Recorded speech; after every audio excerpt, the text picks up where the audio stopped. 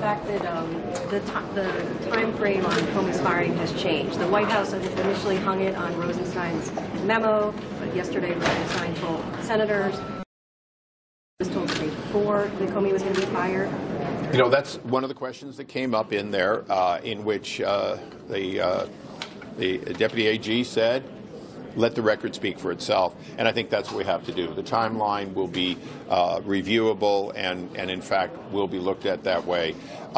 Again, you know, I, for one, thought that Comey ill-served the American people when he tried to stretch beyond all reason the Fourth Amendment to hack into your iPhones.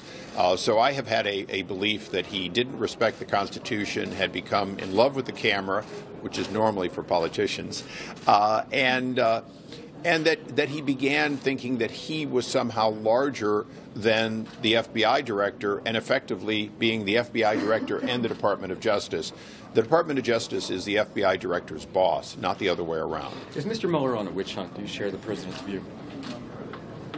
Well, I don't personally believe in witches, but look, the director's job is, in fact, to go where the facts lead, and he has a reputation. Now, all special prosecutors turn over a lot more rocks than anybody else in the executive branch wants.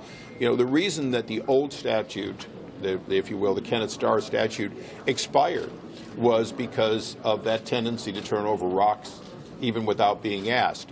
But I don't think the American people or our president should be concerned.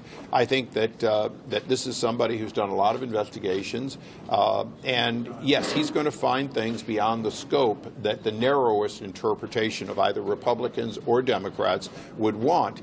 But I think the American people deserve the scope to be as broad as necessary to regain confidence in our elected officials, in our appointed officials, in our elections. All of those, you know. The deputy director, or the deputy AG, said it very well. His reason for doing this appointment is as much about returning public confidence. He was asked about the details of criminality, which some of you are asking, and I think he answered it extremely well in a way that isn't part of the classified part of this briefing.